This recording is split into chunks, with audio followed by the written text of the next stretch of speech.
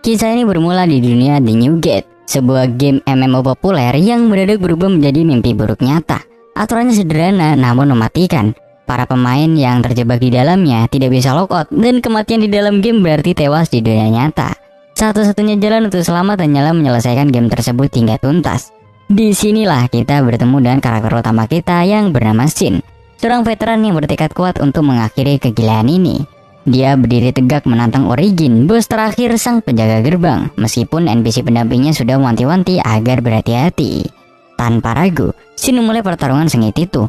Dia sempat berhasil menebas sayap Origin, namun makhluk itu dengan cepat meregenerasi tubuhnya. Menyadari pertarungan panjang akan merugikan, Shin memutuskan untuk mempercepat tempo serangannya. Begitu HP bos itu sekarat dan hendak memulihkan diri lagi, Shin langsung melancarkan serangan pamungkasnya. Dan boom, Origin pun tumbang.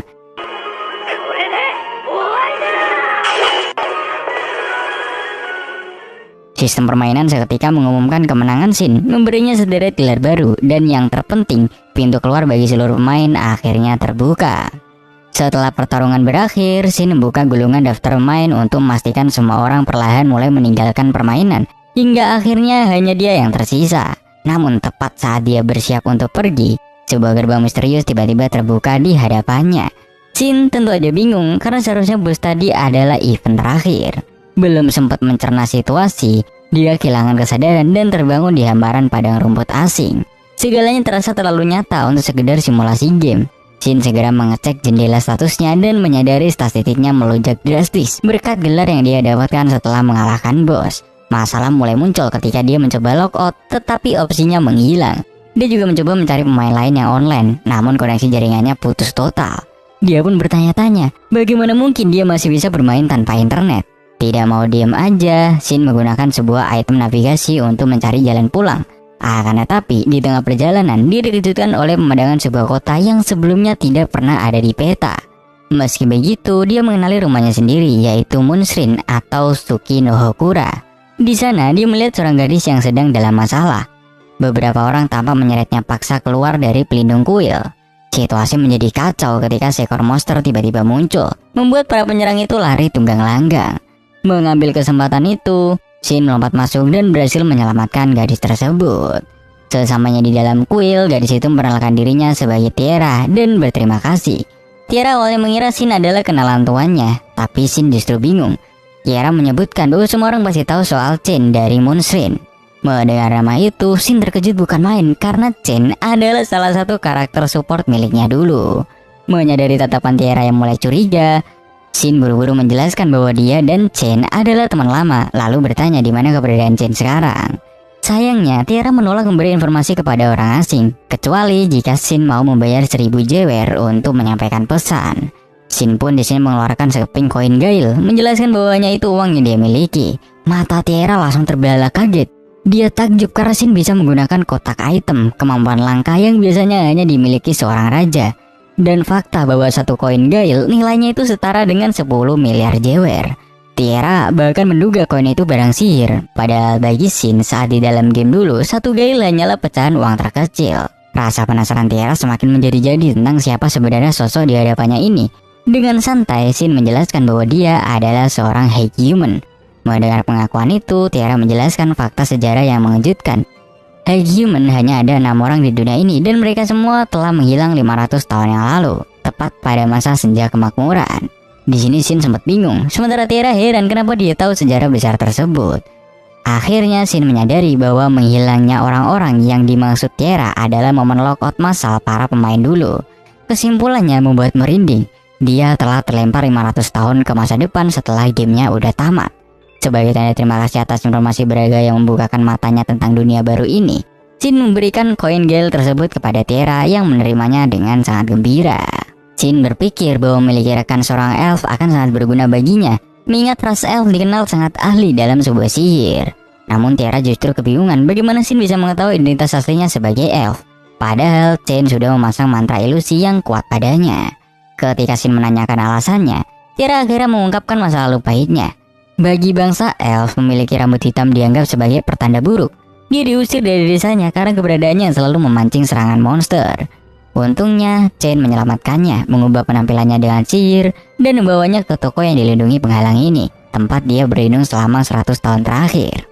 Mendengar cerita itu, Shin akhirnya paham kenapa monster babi hutan tadi muncul menyerang. Tiara bercerita bahwa rambut aslinya dulu berwarna perak yang indah. Shin pun memutuskan untuk menganalisis kondisi tubuh Tiara dan menemukan adanya kutukan yang bermanifestasi secara acak. Dia mencoba membatalkannya dengan sihir pemurnian purification.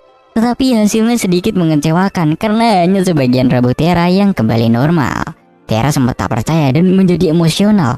Namun saat mereka mencoba melangkah keluar dari penghalang dan tidak ada monster yang menyerang, tangis kesedihan itu berubah menjadi tangis bahagia karena dia akhirnya udah bebas. Kembali ke dalam Moonshrine, Tiara menjelaskan bahwa Chen mungkin akan butuh waktu cukup lama untuk pulang. Oleh karena itu, Shin memutuskan untuk pergi mengunjungi kota terdekat demi mengumpulkan informasi tentang dunia baru ini. Sebagai bekal, Tiara memberikan sebuah surat rekomendasi yang akan membantu Shin melewati pos pemeriksaan kota dengan mudah. Shin merasa itu agak berlebihan, tapi Tiara bersikeras ingin membalas budinya lebih banyak lagi. Setelah Tiara berjanji akan segera mengabari Chen kembali, Shin pun berpamitan dan pergi. Sesamanya di kerajaan Beirut, penjaga gerbang menjelaskan betapa saktinya surat itu. Ternyata surat rekomendasi tersebut berlaku di kerajaan lain, bahkan bisa digunakan untuk mendapatkan audiensi dengan raja. Shin kemudian diantar ke Serikat Petualang. Saat mencoba mendaftar di lantai pertama, dia sempat bingung karena resepsionisnya sangat mirip dengan yang dia lihat sebelumnya. Ternyata resepsionis yang sebelumnya adalah saudara kembarnya yang bernama Silia. Sementara yang ini bernama Selisa. Sambil menunggu kartu petualangannya diproses, Shin menyantap makanannya. Namun dia merasa risih karena Selisa terus menatapnya dengan tajam. Rupanya Selisa curiga dan ingin verifikasi keaslian surat rekomendasi yang dibawa Shin. Lalu tiba-tiba, sang Guildmaster yang bernama Baldo muncul tepat di belakang Shin. Baldo kemudian membandingkan surat itu dengan surat lain miliknya. Dan setelah melihat keduanya beresonansi, dia yakin bahwa surat Shin adalah asli. Baldo menjelaskan bahwa surat itu adalah bentuk identifikasi paling terpercaya yang memberikan akses luas, sehingga banyak orang jahat yang mengincarnya. Dia memperingatkan Shin untuk menghancurkannya jika situasi mendesak. Tapi Shin dengan yakin menjawab kalau dia akan menjaganya karena itu adalah amanah dari Tiara. Baldo pun tersenyum senang mendengarnya, merasa mereka akan cocok sebagai sesama pria yang diakui oleh sang tuari. Keesokan darinya, Shin kembali ke serikat untuk mengambil kartu petualangannya. Selisa menyadari Shin mengenakan pakaian baru yang menurut Shin memang sengaja diganti karena pakaian lamanya terlalu mencolok untuk seorang pemula. Selisa menyerahkan kartu itu dan menjelaskan sistem peringkat yang dimulai dari G hingga double S. Shin bisa naik peringkat dengan menyelesaikan misi, tapi dia hanya diperbolehkan mengambil pekerjaan maksimal 2 tingkat di atas peringkatnya saat ini. Tak mau ambil pusing, Shin memilih misi pengumpulan herbal sederhana dan pamit, meninggalkan Selisa yang bergumam sendiri bahwa Shin terasa berbeda dari petualang pemula lainnya. Di tengah hutan, Shin mulai frustasi karena udah berjam-jam mencari herbal yang seharusnya mudah ditemukan, namun tak kunjung dapat. Lalu tiba-tiba radarnya mendeteksi musuh yang mendekat. Saat dicek, ternyata itu adalah Skullface Jack dengan level 359 yang mengerikan.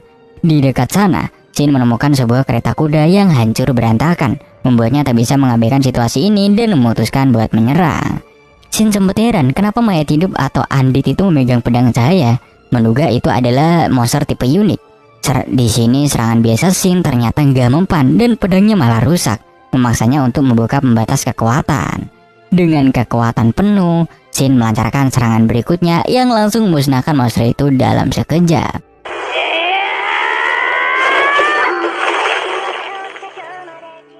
Sayangnya, pedang jaran yang dia incar malah terlempar jauh akibat dampak serangannya, menyisakan batu permata yang kemudian dia ambil sebagai drop item. Sementara itu, pedang yang terlempar tadi mendarat tepat di area kastil kerajaan. Hal itu membuat para penjaga panik dan bingung. Putri kedua kerajaan yang bernama Rione segera memerintahkan penilai untuk menganalisis pedang itu dan mencari siapa pelemparnya yang pastilah sangat kuat. Sementara itu, Shin berjalan melewati kota dan melihat banyak prajurit yang terluka parah. Penjaga bercerita bahwa satu regu berisi 12 orang diserang oleh Skullface dan hanya 4 orang yang selamat. Shin sadar kereta hancur di hutan tadi adalah milik mereka, dan dia merasa agak bersalah karena pedang yang dia pukul mungkin menyebabkan keributan di kastil. Kembali ke guild, Selisa terlihat sibuk mengumpulkan para petualang untuk memburu Skullface. Dengan santai, Shin memberitahu bahwa dia udah membunuh monster itu dan menunjukkan batu permata yang didapatnya. Selisa tentu aja tak percaya dan berteriak bahwa satu orang gak mungkin cukup untuk mengalahkan monster sekuat itu. Wajahnya memerah karena berteriak terlalu dekat dengan Shin. Lalu rekan kerja Celis yang bernama Alice tiba-tiba muncul dan menengahi. Karena Shin tidak membawa bukti peralatan monster, Alice meminta Selisa menganalisis batu permata itu untuk mengecek sisa mana di dalamnya.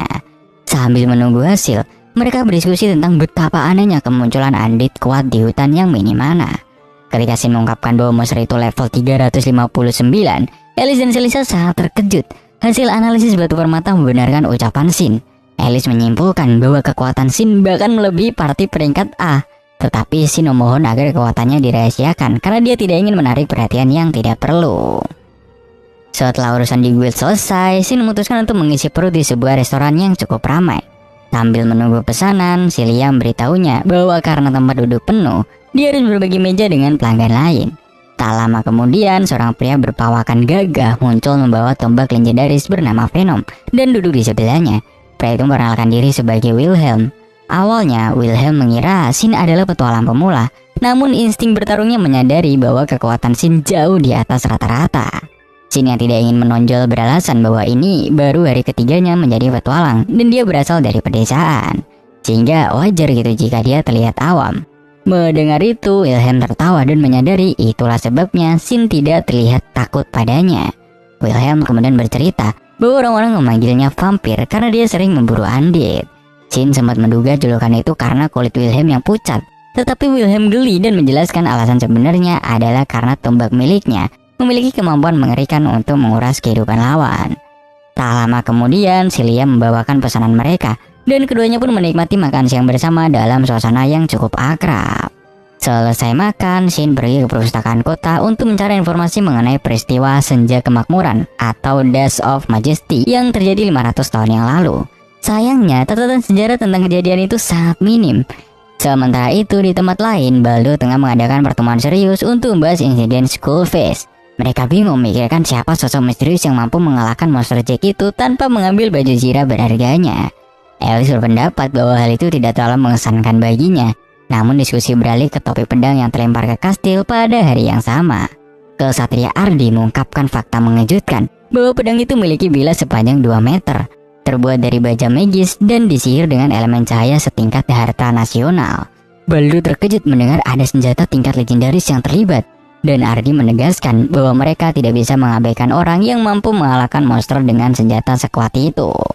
Kembali ke Shin, dia sedang bersantai menikmati sate di alun-alun kota.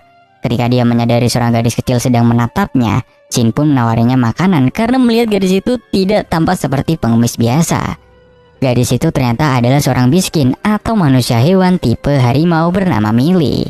Setelah menerima makanan dan berterima kasih, Wilhelm tiba-tiba muncul di sana.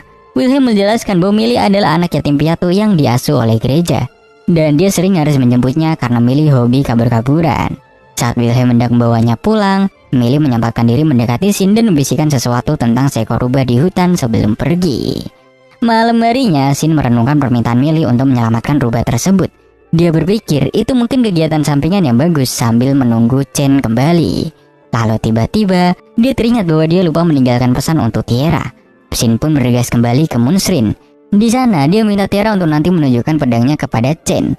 Saat Tiara melihat pedang itu, dia langsung ketakutan dan menyadari bahwa itu adalah senjata kuno yang sangat kuat, yang hanya bisa digunakan oleh Shin, Chen, atau orang yang mereka tunjuk.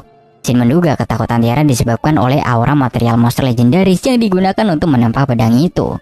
Untuk mempermudah komunikasi, Shin memberikan item surat pesan kepada Tiara. Shin menjelaskan cara kerjanya yang sederhana, cukup tulis nama penerima dan ucapkan kirim. Tiara sempat heran kenapa Shin tidak mengirim pesan langsung ke Chen. Dan Shin pun menjelaskan bahwa dia udah mencoba tapi gagal. Kemungkinan karena dia belum pernah bertemu Chen di dunia baru ini. Tiara yang antusias ingin menjadi penyihir mage meminta lebih banyak kertas surat itu untuk dipelajari. Shin pun di sini dengan senang hati memberikannya sebelum pergi. Keesokan harinya, Shin pergi ke hutan utara sesuai petunjuk Millie untuk mencari rubah tersebut. Dia terus berjalan hingga menemukan sebuah kuil tua yang tersembunyi. Saat masuk ke dalam, dia merasakan hawa keberadaan makhluk hidup dan menemukan seekor rubah kecil yang sedang sekarat karena efek racun dan kutukan. Shin menyembuhkannya menggunakan sihir, namun tindakan penyembuhan itu ternyata memicu jebakan yang membangkitkan pasukan undead. Shin segera memanggil tombaknya dan mulai membantai kerangka-kerangka itu dengan mudah. Tapi masalah belum selesai. Patung-patung di kuil pecah dan memunculkan dua iblis dengan level 600 dan 74. Kedua iblis itu menyerang Shin dan mengeluarkan jurus tirai yang membuat pandangan menjadi gelap gulita. Shin mencoba menggunakan skill Shadow Binding, namun iblis itu berhasil lolos ke dalam kabut. Di tengah situasi buta itu, serigala-serigala iblis ternyata menyerangnya. Tiba-tiba, rubah kecil yang tadi diselamatkannya memberikan sinyal. Shin menyadari rubah itu berada di dalam lingkaran sihir yang tidak bisa ditembus oleh kabut. Mengambil kesempatan itu, Shin melompat ke zona aman dan mengeluarkan busur Binding Bow miliknya. Dengan satu serangan telak, dia berhasil melenyapkan para iblis dan serigala itu sekaligus. Kabut pun menghilang. Rubah kecil itu kemudian melompat ke pelukan Shin. Setelah diperiksa, Shin terkejut mengetahui bahwa rubah itu adalah ras elemental, salah satu monster terkuat di dalam game. Namun dia belum pernah melihat versi bayinya. Merasa ada koneksi, Shin menawarkan rubah itu untuk ikut bersamanya, dan rubah itu setuju dengan melompat ke atas kepalanya. Shin menyadari bahwa kecerdasan monster di dunia ini sedikit berbeda dari game. Di sisi lain, Chen akhirnya menerima surat dari Tiara. Dia sangat terkejut mengetahui tuannya telah kembali dan memberikan item magis kepada Tiara. Kembali ke hutan, Shin memutuskan bahwa membawa elemental ke kota akan terlalu menarik perhatian guild. Oleh karena itu, dia menyarankan untuk membuat fakta atau kontrak dengan rubah itu. Shin menjelaskan layaknya seorang tamer. Fakta ini akan menyembunyikan level dan spesies asli monster tersebut. Rubah itu tampak bersemangat, dan setelah fakta terbentuk, simbol kontrak muncul pada keduanya. Shin menamainya sebagai Yujuha, nama yang tampak sangat disukai oleh rubah itu. Tak lama kemudian, Shin menerima pesan balasan dari Tiara yang mengabarkan bahwa dia berhasil menghubungi Chen dan sedang menunggu respon lanjutannya. Dengan hati gembira, Shin kembali ke guild untuk melapor tentang pasukan Andit yang dia basmi dan mencari pekerjaan baru. Matanya tertuju pada sebuah misi tanpa peringkat atau non-rank yang berasal dari panti asuhan dekat gereja. Teringat bahwa Millie tinggal di sana, Shin pun mengambil misi itu. Sesamanya di gereja, dia disambut oleh seorang wanita bernama Tria. Shin mengonfirmasi bahwa dia datang untuk pekerjaan itu dan juga menyebut nama Millie. Tria pun kemudian membawanya ke sebuah ruangan di mana Millie langsung berlari memeluk Shin dengan gembira. Melihat keakraban itu, Tria yakin Shin bukanlah orang jahat. Shin bertanya kepada Millie apakah Yuzua adalah rubah yang dimaksud, dan Millie benarkannya sambil berterima kasih. Shin pun memberitahu Yuzua bahwa penyelamat sebenarnya adalah Millie. Setelah reuni kecil itu, Shin beralih ke Tria untuk membahas detail pekerjaan. Dia menjelaskan bahwa mereka sedang mencari pewaris keterampilan atau skill successor, karena di zaman ini sangat sedikit orang yang memiliki skill khusus itu. Shin menduga mereka butuh penyembuhan atau penawar racun, tapi ternyata Tria mengungkapkan bahwa mereka mencari pengguna sihir pemurnian atau purification. Tria sadar itu skill yang langka, namun dia terkejut melihat reaksi tenang Shin yang menyiratkan bahwa dia bisa melakukannya. Shin menyanggupi permintaan itu, tetapi dengan syarat. Dia ingin tahu tentang asal-usul kekuatan Millie dan minta akses informasi dari gereja untuk mempelajari dunia ini lebih dalam. Awalnya Tria ragu, namun Millie meyakinkan bahwa Shin bisa dipercaya, sehingga Tria pun menyetujui persyaratan tersebut. Tria mulai menjelaskan tentang kekuatan misterius Millie. Ternyata gadis kecil itu memiliki gelar langka bernama Star Reader atau Star Composer, sebuah kemampuan penglihatan masa depan yang akurat dan tak pernah meleset. Shin menyadari betapa kuatnya kemampuan itu dan memperingatkan bahwa banyak orang jahat pasti ingin memanfaatkannya. Namun Tria meyakinkan bahwa dia udah menyuruh semua orang untuk tutup mulut. Tria juga bercerita tentang seorang petualang yang rajin membantu panti asuhan karena dulunya dia juga yatim piatu. Shin langsung menebak bahwa orang itu adalah Wilhelm. Mengingat reputasi Wilhelm yang menakutkan justru membuat anak-anak aman dari gangguan orang luar. Meskipun Shin siap mengajarkan skill pemurnian, Tria menjelaskan bahwa bukan dia yang akan mempelajarinya, melainkan cucu mantan pendeta agar kelak dia bisa mewarisi gereja dan menyelamatkan panti asuhan dari ancaman penutupan oleh kandidat pendeta baru yang serakah. Suasana menjadi sedikit hangat ketika Yujuha bermain riang dengan anak-anak panti, membuat Shin merasa sedikit kesepian karena kehilangan perhatian rubah kecilnya. Namun Millie mengambil kesempatan itu untuk mendekati Shin, membuat Shin sadar bahwa ini memang rencana Millie agar bisa berduaan dengannya. Tak lama kemudian, seorang biarawati muda yang terlihat sedih muncul dan bertanya, apakah Shin adalah penyelamat mereka. Dia kemudian diperkenalkan oleh Tria sebagai Rasia, cucu mantan pendeta. Rasia terlihat sedikit ceroboh, bahkan sempat menggigit lidahnya sendiri saat perkenalan. tetapi dia dikenal sebagai pekerja keras. Diskusi mereka pun terpotong oleh kedatangan Wilhelm yang ingin tahu siapa yang mengambil misi panti asuhan. Setelah Millie menenangkan Wilhelm dan meyakinkannya bahwa Shin bisa dipercaya, Shin menjelaskan syarat pelatihan yang berat. Rahasia harus mengalahkan 200 andit di atas level 150 sambil memegang bala suci. Wilhelm dan Rahasia terkejut, tetapi Shin menenangkan mereka dengan rencana power leveling, yang mana dia akan melemahkan monsternya dan Rahasia tinggal melakukan serangan terakhir. Mendengar itu, Wilhelm pun memutuskan untuk bergabung demi mengawasi proses gila ini. Di sela-sela istirahat, Wilhelm mengajak Shin minum dan bertanya dengan serius apakah Shin adalah yang terpilih karena pengetahuannya yang tidak wajar itu. Shin menyangkalnya dengan santai. Shin justru menggoda Wilhelm yang berpura-pura terganggu oleh tangisan anak-anak, padahal sebenarnya dia sangat peduli layaknya pahlawan panti asuhan. Wilhelm yang sangat ketahuan berbohong hanya bisa salah tingkah. Lalu tiba-tiba Shin mendapat notifikasi pesan dari Tiara yang mengabarkan bahwa Chen akan segera kembali. Bersama dengan itu, surat rekomendasi Shin pun muncul, membuat Wilhelm kaget karena dia juga memiliki benda langka yang sama. Hal ini menciptakan rasa solidaritas baru di antara mereka. Keesokan harinya, parti dadakan ini pergi ke dataran hantu. Strateginya berjalan mulus. Shin menahan pergerakan musuh dengan penghalang. Wilhelm mematahkan kaki Andit agar lumpuh, dan Rahasia menghabisinya dengan sihir penyembuhan yang berdampak fatal bagi mayat hidup. Mereka terus melakukan ini hingga mencapai area monster tingkat tinggi. Sementara itu, di sisi lain dataran, Putri Rione dan pasukannya sedang kewalahan. Meski Rione berhasil mengalahkan satu Skullface Jack, situasi menjadi kritis hingga akhirnya Chen datang bak Dewi Penyelamat. Dengan kecepatan kilat, Chen menghancurkan inti pasukan Andit dan menyembuhkan para prajurit. Komandan pasukan sadar bahwa kekuatan Chen sangat tidak masuk akal, seolah-olah dia setara dengan legenda High Humans. Kembali ke kelompok Shin, Rahasia akhirnya berhasil membunuh Skullface Jack yang udah dilemahkan Wilhelm dan juga Shin. Tubuhnya bersinar keemasan, tanda bahwa dia berhasil mempelajari skill pemurnian. Namun perayaan keberhasilan itu tidak berlangsung lama. Yuzuha tiba-tiba merasakan bahaya besar. Langit berubah gelap, materi magis dan ribuan andit yang mati tersedot ke satu titik dan membentuk monster raksasa yang jatuh berdebam ke tanah. Itu adalah Skullface Lord level 804, bencana hidup yang sanggup menghancurkan satu negara sendirian. Kehadiran Skullface Lord membawa keputusan instan. Hanya dengan satu pukulan, monster itu menghancurkan penghalang Shin, membuat Rahasia jatuh lemas ketakutan. Saat monster itu meraung dan membangkitkan pasukan Andit baru, Shin membuat keputusan nekat. Dia meminta Wilhelm membawa Rahasia lari kembali ke kota, sementara dia akan menahan monster itu sendirian. Wilhelm sempat protes, tapi melihat tatapan serius Shin dan aura yang berubah saat Shin melepas pembatas kekuatannya, Wilhelm di sini mengerti. Shin memberikan sihir penguat fisik atau buff pada Wilhelm untuk membantu pelarian mereka. Lalu dia memanggil pedangnya untuk bersiap tempur. Shin mengamuk menciptakan kawah besar dengan serangannya.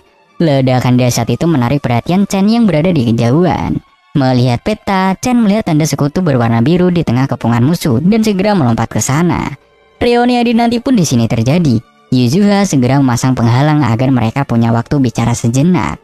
Tanpa mempedulikan situasi perang, Chen langsung menghambur memeluk Shin sambil menangis haru menyambut kepulangan tuanya itu. Karena mana Yuzuha mulai menipis, mereka memutuskan untuk membereskan Skull Lord terlebih dahulu. Kombinasi Shin dan Chen sangat mematikan. Mereka membantai Andit Kroco dengan cepat. Shin kemudian memanggil pedang keduanya, yaitu True Moon, dan memanfaatkan celah serangan untuk mendaratkan tebasan terakhir yang mematikan. Monster itu tumbang sambil mengutuk, membuat Shin kaget karena monster itu bisa bicara. Setelah pertempuran usai, Shin menjelaskan situasinya, yang mana dia terlempar 500 tahun ke masa depan setelah mengalahkan bos terakhir di game. Chen pun bercerita bahwa setelah Shin menghilang, dunia menjadi kacau dan para karakter pendukung atau support karakter menyebar untuk menjaga kestabilan dunia sambil menunggu tuannya kembali. Shin meminta Chen untuk berhenti memanggilnya tuan atau master karena itu terlalu mencolok, dan dia memintanya untuk memanggil nama saja. Permintaan sederhana itu justru membuat mereka berdua tersipu malu. Mereka di sini berencana kembali ke Moonstream. Namun Shin kaget melihat Yuzuha kini memiliki 3 ekor dan bisa berbicara. Itu mungkin efek dari menyerap energi Skull Lord. Shin di sini pun meminta Yuzuha menyembunyikan ekor tambahannya dan tidak berbicara di depan umum agar tidak menarik perhatian. Shin yang gemas melihat interaksi itu mengizinkan Shin memelihara elemental tersebut. Mengingat Wilhelm dan Rahasia mungkin khawatir, Shin memutuskan untuk menyusul mereka sebelum mereka sampai di kuil. Di perjalanan pulang, Wilhelm dan Rasia yang sedang berlari panik merasakan sesuatu mendekat dengan cepat. Mereka bersiap bertarung, tapi ternyata itu hanya Shin yang menyusul dengan santai. Hal itu pun membuat Rasia pingsan saking leganya. Di tempat lain, Rione dan pasukannya menemukan sisa pedang Shin yang hancur di jurang. Melihat kualitas bila pedang dan lambang Falcon di gagangnya, Rione menduga senjata sekuat itu hanya bisa dibuat oleh High Human. Meski dianggap punah, Rione bertekad mencari pembuatnya di Moonstream. Bahkan berseloroh, dia rela menikahi sosok kuat tersebut jika memang ada. Sementara itu, Wilhelm menuntut penjelasan dari Shin setelah melihat betapa akrabnya dia dengan Chen. Shin mencoba berbohong lagi, tapi kali ini Wilhelm mengarahkan tombaknya, menuntut kejujuran. Akhirnya Shin mengaku bahwa dia adalah High Human dan Chen adalah rekannya. Wilhelm pun terengah menjelaskan bahwa High Human dianggap setara dewa di zaman ini. Shin bahkan menawari untuk mengupgrade tombak Venom milik Wilhelm dengan diskon teman. Tapi Wilhelm menolak karena takut senjata keramatnya diotak-atik sembarangan. Saat berpisah di gerbang kota, Shin memberikan kartu pesan kepada Wilhelm agar mereka tetap bisa berkomunikasi, menegaskan bahwa dia tidak ingin putus kontak dengan teman pertamanya di dunia ini. Shin dan Chen kembali ke Moonstream. Tiara lalu berlari menyambut Chen, namun terkejut melihat Shin datang bersamanya. Chen dengan santai mengungkapkan bahwa dia adalah pemilik asli kuil ini dan Shin adalah tuannya. Tiara seketika panik dan memohon ampun karena sebelumnya bersikap kurang ajar pada Shin, sang High Human. Shin hanya tertawa dan meminta Tiara buat bersikap santai. Kejutan bertambah saat Shin perkenalkan Yuzua sebagai peliharaan barunya. Makan malam pun tiba. Tiara takjub dengan hidangan mewah yang disajikan. Shin bingung kenapa Tiara begitu kagum, padahal itu hanya daging monster dan sayuran biasa. Chen menjelaskan bahwa bahan-bahan itu mengandung aura mana yang kuat dan sangat langka di zaman sekarang ini, sehingga hampir mustahil dijadikan makanan sehari-hari. Di tengah makan malam, Tiara yang tidak kuat menahan energi makanan itu malah mabuk berat dan harus ditidurkan. Malamnya, Shin terbangun dan mendapati Chen menyusup ke tempat tidurnya sambil menangis dalam tidur, memanggil namanya. Shin menyadari betapa dalam trauma yang ditinggalkannya, lalu memeluk Chen untuk menenangkannya. Pagi harinya, kejutan lain menanti. Yuzua telah berubah wujud menjadi gadis manusia kecil yang lucu berkat pelukan Shin semalam yang menyalurkan energi. Shin dengan cepat membuatkan pakaian untuknya. Saat sarapan, Yuzua menceritakan masa lalunya yang tragis saat bencana 500 tahun yang lalu, di mana Shin menyelamatkannya tepat waktu. Untuk rencana selanjutnya, Chen menyarankan mereka membuat dan menjual makanan khas elf buatan Tiara, karena toko senjata mereka belum bisa beroperasi. Alasannya konyol tapi masuk akal, yang mana stok senjata udah habis dan hanya Shin yang bisa membuka gudang senjata utama. Jadi mereka harus berjualan makanan dulu untuk sementara waktu. Chen tiba-tiba mengubah topik pembicaraan dan menyarankan agar mereka segera menemui Girard. Shin tentu aja terkejut mendengar nama itu. Pasalnya, Hypebeast biasanya hanya memiliki umur sekitar 150 tahun. Sedangkan sudah 500 tahun berlalu sejak terakhir kali dia melihatnya. Namun Chen menjelaskan bahwa Girard masih hidup dan telah setia menunggu kepulangan Shin selama berabad-abad. Girard adalah Raja Binatang atau Beast King pertama yang naik tahta setelah menyatukan berbagai suku. Meskipun saat ini tahta sudah dipegang oleh Raja ke-8 yang dikenal bijaksana. Mendengar hal itu, Shin memutuskan mereka akan berangkat keesokan harinya. Awalnya Tiara berencana menjaga toko, tetapi Chen bersikeras mengajaknya ikut. Menurut Chen, Tiara tidak perlu lagi terkurung di dalam penghalang, dan dengan adanya Shin, toko Moonstream bisa dipindahkan ke mana aja. Ide itu disambut baik oleh Tiara.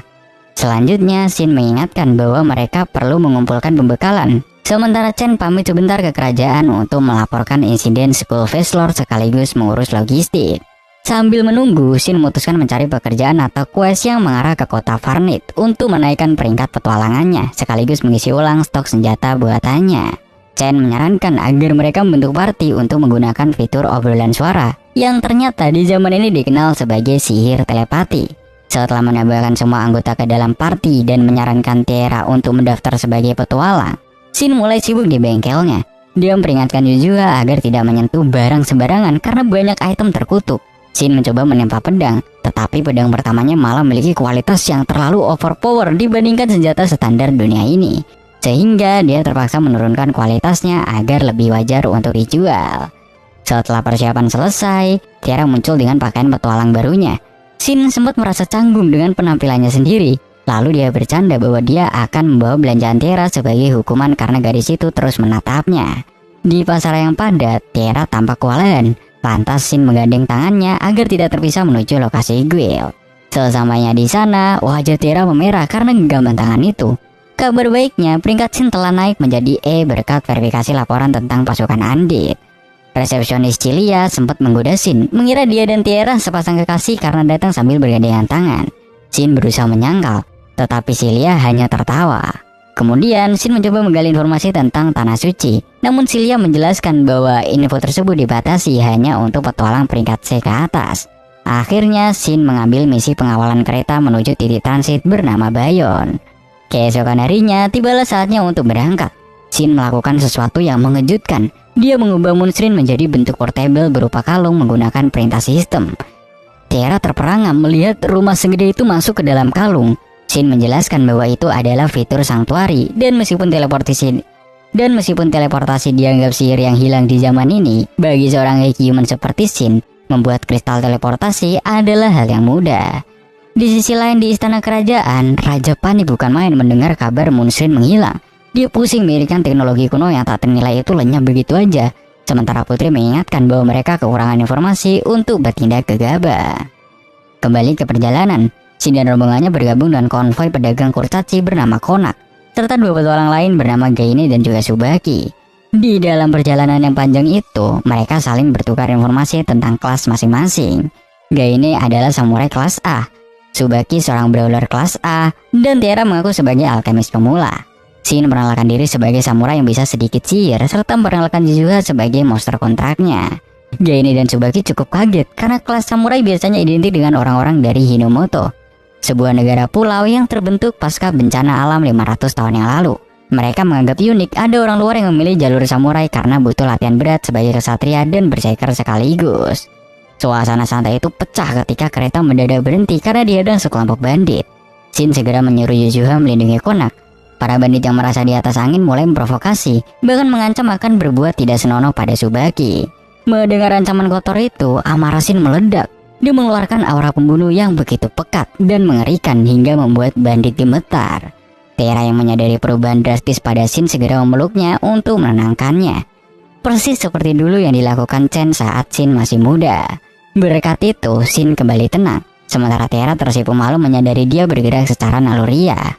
Pertarungan pun berlangsung singkat. Shin, Gaine, dan Tsubaki membantai para bandit dengan mudah. Shin bahkan membelah pedang bandit menjadi dua dengan tatapan dingin yang mencekam. Setelah insiden itu, mereka pun tiba di Bayon dengan selamat dan berpisah dengan Gaine serta Tsubaki. Karena perjalanan ke Farnit masih jauh, Shin memutuskan membeli kereta kuda sendiri. Dia memodifikasi kereta tersebut agar lebih nyaman, meskipun Tiara khawatir Shin terlalu berlebihan. Masalahnya mereka butuh kuda yang kuat.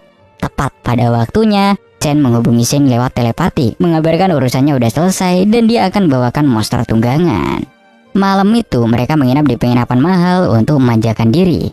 Keesokan paginya, Chen datang membawa kejutan besar, yaitu seekor moonwolf raksasa yang merupakan monster tipe unik. Tiara awalnya takut, tapi anehnya serigala bernama Kagero itu sangat manja kepadanya. Ternyata Kagero adalah anak serigala yang pernah diselamatkan Tiara 100 tahun yang lalu setelah ibunya dikalahkan petualang. Mengingat ikatan masa lalu itu, Chen mentransfer kepemilikan Kagero kepada Tiara agar monster kuat itu bisa melindungi Tiara saat Chen tidak ada. Perjalanan pun berlanjut menuju Farnit dengan kereta super nyaman modifikasi Shin yang ditarik serigala raksasa. Tentu aja hal ini menarik banyak perhatian di jalan. Akhirnya mereka pun sampai di hutan dekat Farnit dan disambut oleh dua high beast utusan Girat. Mereka diantar ke sebuah kediaman megah untuk menemui sang legenda. Di sana, Girat yang udah sangat tua menyambut tuannya dengan penuh hormat. Dia memperkenalkan raja saat ini yaitu si Wolfgang dan putrinya yang bernama Chuore. Shin meminta Girat berhenti memanggilnya tuan agar tidak canggung. Mereka pun kemudian bernostalgia tentang masa lalu, mengingat perang besar melawan ribuan monster di mana Girat dan Shin saling bertarung punggung-punggung. Girat menyadari bahwa dunia telah damai dan Chen sengaja membawa Shin agar dia mengetahui kebenarannya. Girat kemudian mengungkapkan hal yang menyedihkan, yang mana hidupnya gak akan lama lagi, mungkin hanya tinggal beberapa bulan. Dia merasa Tuhan telah mengabulkan doa terakhirnya dengan memulangkan Shin. Oleh karena itu, dengan sisa tenaganya, Girat menentang Shin untuk berduel 1 lawan 1. Dia ingin mati dalam pertarungan melawan prajurit terkuat yang pernah dia kenal. Itu akan menjadi sebuah kematian terhormat bagi seorang pejuang. Shin menerima tantangan itu dengan berat hati namun penuh hormat. Malam harinya, Girat mengumumkan kepada teman-temannya bahwa dia telah menemukan tempat peristirahatan terakhirnya dan akan berduel seminggu lagi. Meski Chore sedih, para sahabat Girat mengerti bahwa inilah keinginan terbesar sang raja binatang di akhir hayatnya. Cerita beralih ke Shin yang tampak sedang melamun memikirkan nasib sahabat lamanya, yaitu si Girat.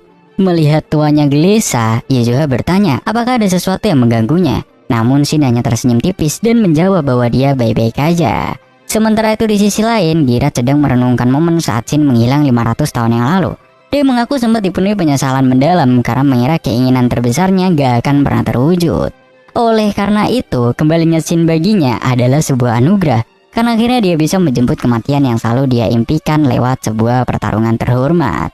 Beberapa hari berlalu, Shin memeriksa peralatan tempur milik Girat dan menyadari kondisinya sudah sangat memprihatinkan. Tanpa pikir panjang, dia memutuskan untuk memperbaiki semua gear tersebut agar Girat bisa bertarung tanpa menahan diri. Saat Shin menyerahkan peralatan yang udah diperbarui itu, Girat mengucapkan terima kasih yang tulus. Menyadari waktu duel tinggal menunggu hari esok, Girat memberanikan diri bertanya satu hal sensitif. Apakah Shin akan meninggalkan Chen demi kembali ke dunia asalnya? Dengan berat hati, Shin membenarkan hal itu. Dia menjelaskan bahwa dia memang berjuang untuk pulang, tetapi dia ingin memastikan semua orang bahagia sebelum dia benar-benar pergi. Keesokan harinya, rombongan berangkat menuju hutan yang telah disepakati. Wajah Girat tanpa berseri-seri menganggap ini adalah hari terbaik dalam hidupnya. Penonton lainnya memutuskan untuk menyaksikan duel dari tempat yang aman di ketinggian. Sementara Chen berjanji akan memasang barrier atau penghalang super kuat untuk melindungi mereka dari dampak ledakan energi. Sebelum pertarungan dimulai, Girat memberikan pesan terakhirnya. Dia minta Wolfgang untuk menjaga bangsa dan menjadi raja yang bijaksana. Wolfgang dengan mata berkaca-kaca berjanji akan memegang teguh ajaran gurunya itu. Chore juga berjanji akan menjadi lebih kuat agar bisa menjadi prajurit yang membanggakan. Orang kepercayaan Girat menyadari bahwa sang raja binatang belum pernah terlihat sebahagia ini sebelumnya. Duel pun dimulai. Shin dan Girat langsung saling hentam hingga memicu ledakan dahsyat yang menghancurkan area sekitar. Teman-teman mereka terengah kagum melihat Girat mampu mengimbangi kecepatan Shin. Mereka sadar bahwa Girat jauh lebih kuat dari dugaan karena bisa menandingi seorang high human. Namun Chen berkomentar bahwa itu belum seberapa karena mereka berdua belum mengeluarkan kekuatan penuh. Tera yang penasaran bertanya apakah Chen bisa menang melawan Girat. Dan dengan jujur Chen mengakui bahwa dia pun akan kesulitan. Merasa teknik barunya belum cukup untuk menembangkan Shin, dan setelah Shin memintanya berhenti menahan diri, Girat akhirnya melepaskan wujud aslinya. Dia berubah menjadi werewolf yang garang. Girat tahu Shin memegang janji untuk tidak menggunakan title penakluk bos terakhir demi keadilan, tetapi dia tetap ingin melawan Shin yang serius. Pertarungan semakin memanas. Shin mencoba menyerang dengan sihir, tetapi Girat menghilang secepat kilat dan melancarkan serangan balik yang memukul mundur Shin.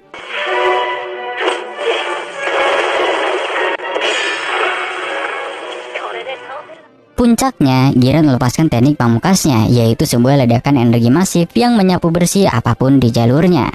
Shin berhasil menangkisnya, namun dia terkejut mendapati Girat udah berada tepat di belakangnya. Shin terus didesak mundur oleh serangan bertubi-tubi tanpa henti. Di sini Shin menyadari bahwa Girat sedang mempertaruhkan seluruh sisa nyawanya untuk kemenangan ini. Menghormati tekad itu, Shin memutuskan untuk bertarung serius. Keduanya melepaskan jurus terakhir secara bersamaan, menciptakan bentrokan energi raksasa. Di akhir bentrokan, pedang Shin patah dan Girat melihat celah untuk mendaratkan serangan terakhir. Pukulan itu masuk dan Shin secara teknis mengakui kekalahan. Sayangnya, tubuh Girat udah mencapai batasnya. Dia batuk darah dan kembali ke wujud manusianya. Ini menandakan kalau waktunya udah habis. Girat tersenyum puas, mengungkapkan bahwa dia berlatih selama 500 tahun hanya untuk momen ini. Namun dia tahu Shin masih menahan diri. Sebagai permintaan terakhir, dia memohon agar Shin memperlihatkan kekuatan sejatinya. Shin pun mengabulkannya dengan melepaskan aura high human-nya secara penuh, menciptakan pilar cahaya raksasa yang menembus langit.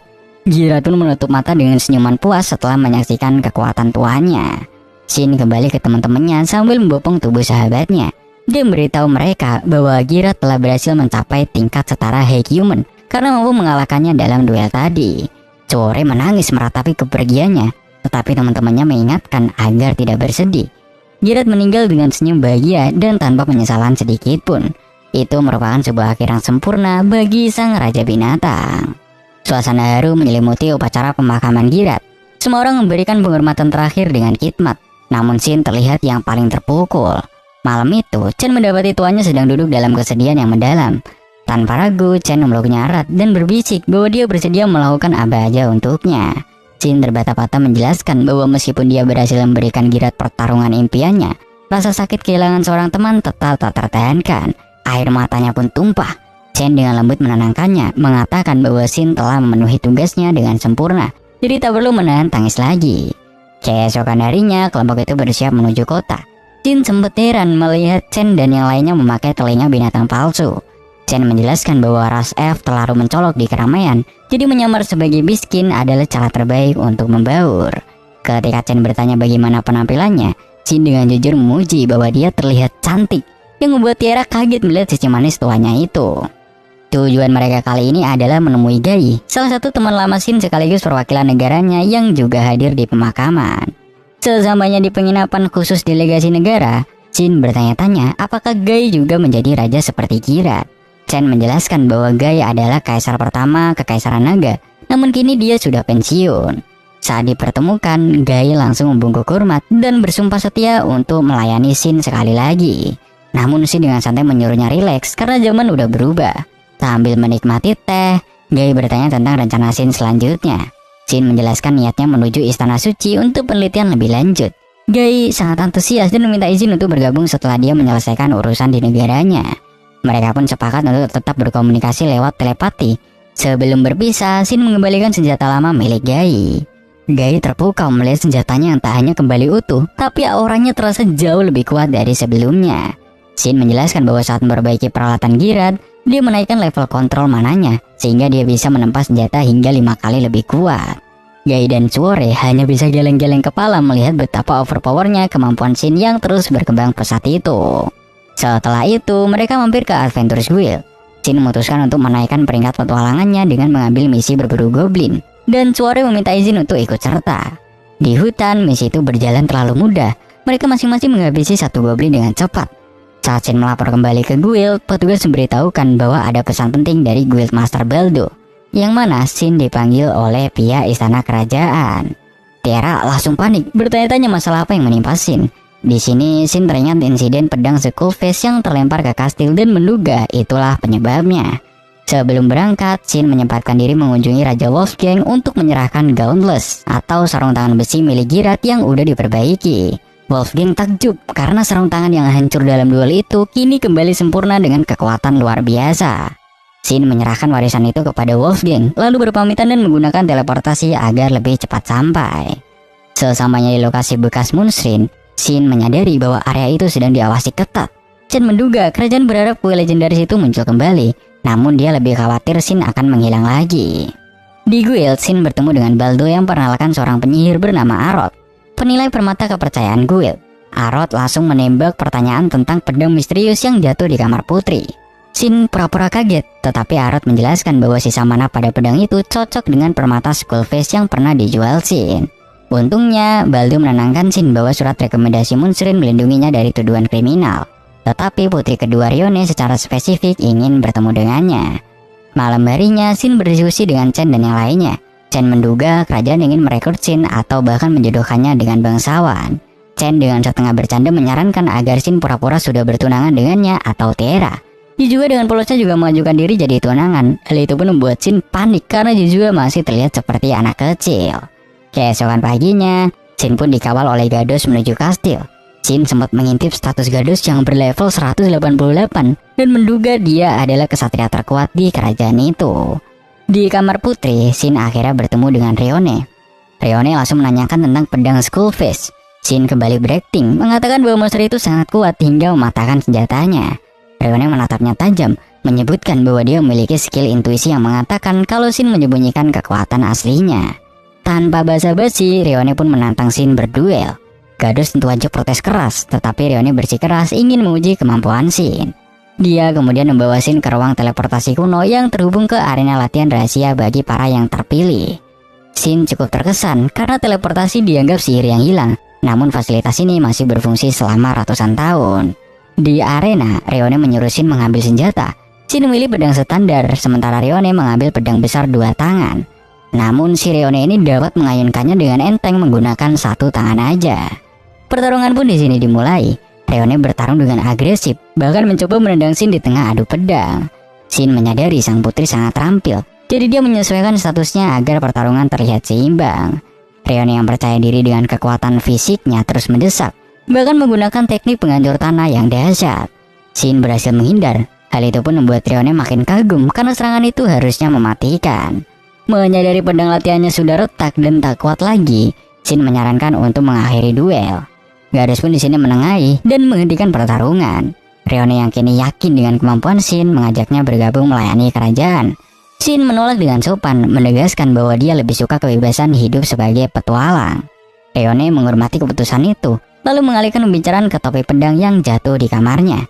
Dia menjelaskan ada tradisi kuno di mana seorang pria yang mempersembahkan pedangnya berarti melamar sang wanita. Shin buru-buru meluruskan kesalahpahaman itu, menjelaskan bahwa itu murni kecelakaan dan bukan sebuah lamaran.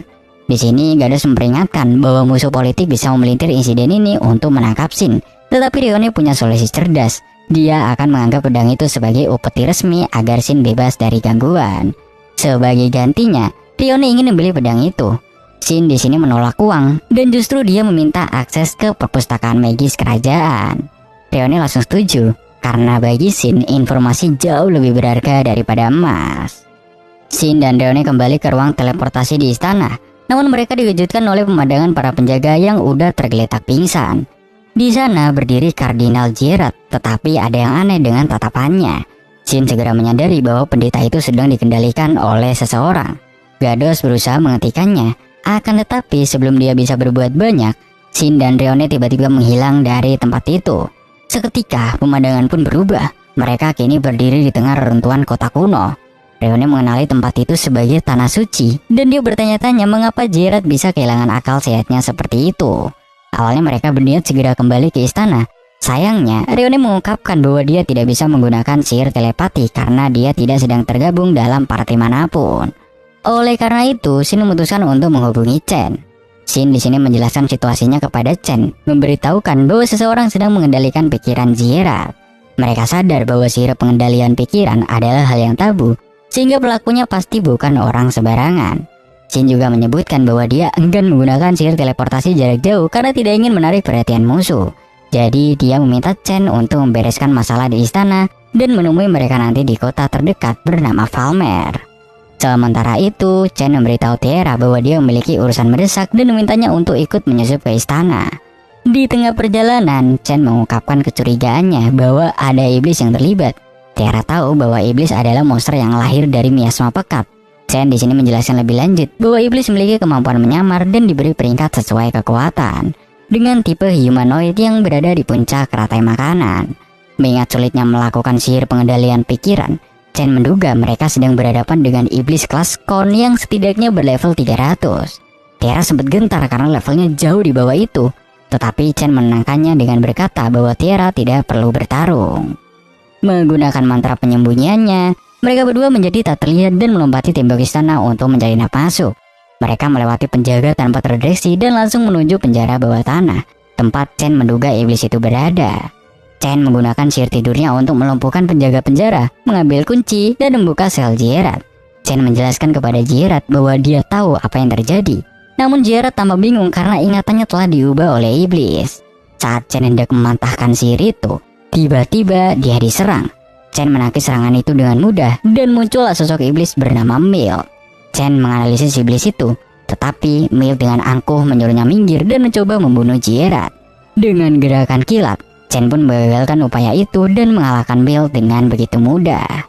Mil bertanya, mengapa Chen melindungi manusia? Dan Chen menjawab bahwa dia harus menyingkirkan siapapun yang mengganggu The Mission. Menyadari Chen melayani Hake Human, Mil mencoba menghasutnya dengan mengatakan bahwa zaman manusia akan berakhir dan tuanya tidak akan pernah kembali. Mendengar itu, amarah Chen meledak. Dia menegaskan bahwa iblis itu tidak tahu apa-apa. Lalu dengan serius dia pun membunuh Mil dalam sekejap mata. Setelah urusan selesai, Chen menemui Raja dan melaporkan bahwa insiden ini didalangi oleh iblis. Raja tentu aja khawatir, tapi dia juga lega mendengar kabar bahwa Rione dan Shin udah aman. Gerard di sini minta maaf atas kekacauan yang terjadi, dan Raja dengan bijak memaafkannya karena tahu itu di luar kendalinya. Demi mencegah kepanikan publik, Raja memutuskan untuk merahasiakan insiden ini. Kemudian Chen pun pamit mengajak Tiara untuk segera berangkat menuju Falmer menyusul Shin. Kembali ke sisi Shin, Rione menjelaskan bahwa Tanah Suci adalah kota-kota yang runtuh selama peristiwa Senja Kemakmuran, dan tempat ini jadi dipenuhi oleh monster kuat. Rione juga menunjukkan bahwa dia membawa pedang Skullface yang jatuh ke kamarnya. Lalu dia bertanya tentang senjata Shin. Shin mengelak dengan halus, berniat tetap menyembunyikan kekuatan aslinya karena takut Rione tidak akan biarkannya pergi jika tahu betapa overpowernya dia. Rione bercerita bahwa pasukannya pernah menemukan pintu kecil di gerbang selatan yang berisi perangkat untuk membuka akses keluar. Shin mencoba melompati tembok, namun dia terus diteleportasi kembali ke titik awal. Shin di sini akhirnya paham cara kerja tempat ini. Dia menunjukkan bola-bola cahaya kepada Rione dan menjelaskan bahwa seluruh kota ini adalah sebuah dungeon. Jadi mereka harus mengikuti bola cahaya itu untuk menemukan jalan keluar. Saat mereka menyentuh bola cahaya, mereka berpindah ke lokasi berikutnya. Lalu tiba-tiba Shin merasakan kehadiran musuh.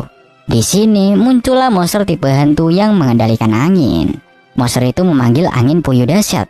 Tetapi Shin membelah angin itu menjadi dua, menciptakan celah bagi Rione untuk menebasnya. Sayangnya monster itu masih hidup, sehingga Shin harus turun tangan memberikan serangan terakhir. Rione kembali curiga dengan pedang Shin. Namun Shin beralasan kalau itu hanyalah item langka yang jadi senjata rahasianya. Semakin dalam mereka menjelajahi dungeon, mereka dihadang oleh slime raksasa. Rione yang mengira monster itu lemah langsung menyerang. Akibatnya dia malah tertangkap. Shin menjelaskan bahwa slime kebal terhadap serangan fisik biasa. Dia kemudian menggunakan sirapi yang melelehkan tubuh slime, mengekspos intinya dan membiarkan Rione menghancurkannya. Setelah pertarungan, Rione bingung kenapa Shin memalingkan wajah. Ternyata pakaian Rione robek akibat cairan slime tadi. Lantas Shin pun di sini memberikan jubahnya. Rione bertanya apakah Shin bisa sihir, dan Shin mengaku tidak terlalu ahli. Namun dia mengajarkan trik untuk menyelimuti pedang dengan api. Rione mencobanya pada batu dan berhasil membakarnya. Dia bertanya-tanya mengapa Shin begitu baik padanya tanpa meminta imbalan. Shin hanya menjawab bahwa dia hanya ingin Rione melindungi rakyatnya. Itu aja yang dia minta. Akhirnya mereka pun di sini berhasil mencapai gerbang keluar. Akan tetapi Shin merasakan sensasi aneh seolah energinya disedot. Jalan mereka terhalang oleh sebuah telur raksasa, sesuatu yang tidak wajar bagi monster biasa. Dari telur itu menetaslah seekor griffin yang terbuat dari es. Menyadari napas monster itu bisa membegukan apa aja, Shin melompat menjauh membawa Rione. Shin menyusun rencana, dia akan mengalihkan perhatian griffin, sementara Rione mencari perangkat membuka gerbang. Shin menduga griffin itu terbuat dari sihir dan bergenerasi terus-menerus. Jadi satu-satunya cara mengalahkannya adalah dengan menonaktifkan mekanisme dungeon lewat gerbang itu. Shin melepas pembatas kekuatannya karena sadar musuh kali ini tidak bisa diremehkan. Dia menebas kepala griffin, tetapi monster itu beregenerasi kembali dengan cepat. Sementara Shin menahan monster itu, Rione akhirnya menemukan perangkat yang dicari. Shin menyadari griffin itu tidak akan mati meski dibunuh berkali-kali. Dia berniat menyegelnya. Namun matanya menangkap sebuah bola putih misterius di tubuh monster itu yang memberikan perasaan aneh. Shin mencoba menghancurkannya, tapi gagal karena bola itu menyerap serangan. Lalu tiba-tiba tubuh Shin bersinar. Perasaan aneh itu menghilang dan dia melancarkan serangan telak. Kali ini Griffin berhenti beregenerasi. Monster itu mencoba membegukan Shin, tetapi Shin menerobos maju dengan sihir api dan meledakkan monster itu hingga hancur berkeping-keping. Setelah berhasil keluar dari dungeon, Shin memberitahu Rione bahwa mereka akan menuju Falmer untuk bertemu teman-temannya. Malam itu mereka mendirikan kemah. Saat beristirahat, Rione mencoba menggoda Shin, namun Shin menolaknya dengan sopan. Rione akhirnya jujur bahwa dia tidak benar-benar ingin merayunya, melainkan dia merasa nyaman berbicara dengan Shin karena Shin memperlakukannya sebagai manusia biasa, bukan sebagai putri raja yang kesepian. Shin dengan lembut berkata kalau dia bersedia menjadi teman bicaranya kapan aja. Di keesokan paginya, Shin terbangun dengan perasaan tidak enak. Dia melihat pasukan monster dalam jumlah masif sedang bergerak menuju Falmer. Rione menyebut fenomena ini sebagai banjir monster. Dia menjelaskan bahwa Falmer sudah biasa menghadapinya, tetapi itu selalu memakan korban jiwa. Jadi dia tidak ingin ada orang mati. Tidak ingin ada orang mati, Shin memutuskan untuk membantu melindungi kota ini. Sesampainya di Falmer, Shin melapor ke guild, sementara Rione menemui tuan tanah setempat untuk mengumpulkan prajurit. Guild Master bernama Lek awalnya skeptis mendengar laporan Shin tentang flood yang akan tiba dalam beberapa hari. Namun setelah melihat surat rekomendasi Shin dan mengetahui Rione terlibat, Lek langsung percaya dan segera mengumumkan keadaan darurat. Shin menegaskan dia akan ikut bertempur yang disambut gembira oleh si Lek. Setelah itu, Shin melihat sebuah toko bernama Mauland yang terasa familiar. Dia memberitahu Chen lewat telepati, tapi Chen tidak mengenalnya. Di sana, Shin bertemu dengan seorang elf bernama Beret yang ternyata adalah karakter pendukung milik salah satu teman game Shin dulu. Mereka mengobrol akrab. Beret bertanya, kenapa Shin tidak memusnahkan monster itu sendirian? Dan Shin menjelaskan kalau dia harus menahan diri agar Rione tidak curiga. Shin bertanya tentang pemilik toko Mauland, dan Beret mengungkapkan itu milik teman lama Shin yang bernama Hibiniko. Shin kaget karena mengira Hibiniko udah mati di game kematian, tetapi Beret menunjukkan daftar pemain yang masih hidup di dunia ini. Shin mengenali nama-nama itu, namun suasana berubah ketika Beret memberikan daftar lain berisi nama-nama pembunuh pemain atau player killer. Shin membenci mereka karena mereka lah yang membunuh teman-temannya dulu.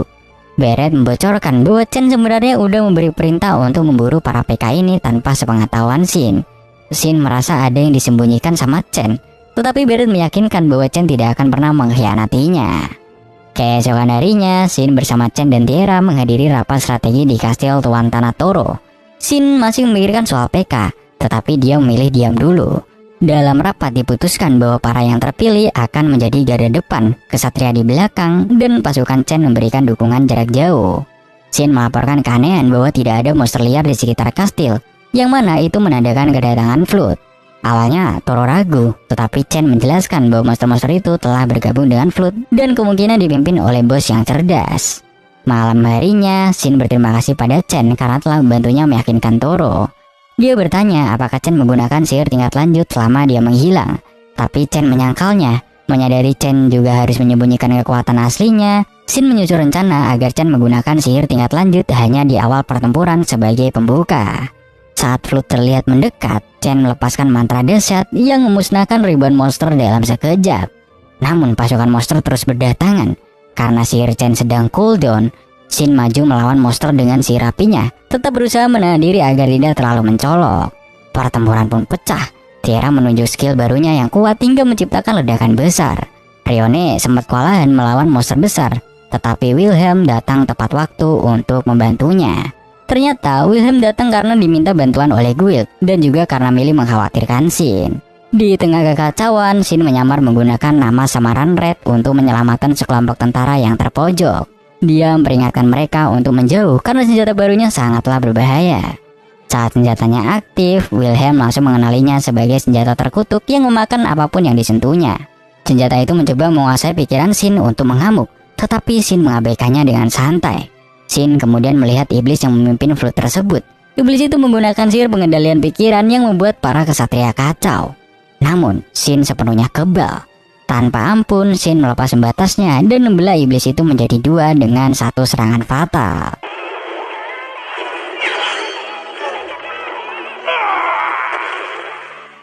Chen segera memulihkan para kesatria dan pertempuran pun dimenangkan tanpa ada korban jiwa. Setelah kemenangan itu, warga Falmer mendesak Shin dan teman-temannya untuk tinggal sebentar demi menerima penghargaan dan pesta perayaan. Meskipun Shin ingin segera pulang, Chen mengingatkan untuk menghormati adat setempat. Mereka pun menghadiri perjamuan. Di sana, Rione mulai menggoda Shin lagi, bertanya apakah dia punya hubungan spesial dengan Chen. Shin menyangkal, tapi Rione terus mendesaknya hingga Chen memutuskan untuk memberi mereka ruang. Tiara yang peka melihat situasi itu segera mengalihkan perhatian Rione, memberi kesempatan Shin untuk menyusul Chen. Di sini, Shin menemukan Chen di luar dan bertanya apakah dia cemburu. Chen dengan jujur mengakuinya. Kemudian pembicaraan beralih ke topik yang serius. Chen minta maaf karena menyembunyikan fakta tentang player killer. Dia menjelaskan alasannya. Dia takut jika Shin tahu, Shin akan kembali menjadi sosok pendendam seperti dulu dan mungkin akan menjauhinya saat dia memburu mereka. Chen merasa dirinya tidak cukup baik untuk Shin dan tidak akan pernah bisa menggantikan posisi Marino, mendiang pacarnya si Shin. Mendengar itu, Shin memeluk Chen erat dan memintanya buat berhenti menyalahkan dirinya sendiri. Shin justru sangat bersyukur Chen menemukannya, karena tanpa Chen, dia akan tersesat di dunia baru ini. Shin maafkan Chen sepenuhnya dan menegaskan agar tidak ada rahasia lagi di antara mereka. Chen bertanya dengan lirih apakah Shin masih mencintai Marino. Shin benarkan hal itu, namun Chen tiba-tiba menciumnya. Chen berkata dia tahu suatu hari nanti Shin mungkin akan kembali ke dunianya, tetapi dia menolak menyerah karena dia sangat mencintai si Shin. Mereka pun kembali ke perjamuan dan menikmati sisa malam bersama. Shin menyadari dunia ini masih penuh misteri dan ancaman PK mungkin mengintai. Tetapi dengan pengetahuan bahwa masih ada pemain lain di luar sana, dia bertekad untuk mencari mereka. Jadi Shin pun melanjutkan perjalanannya bersama teman-temannya dengan harapan baru untuk menemukan jawaban yang dia cari.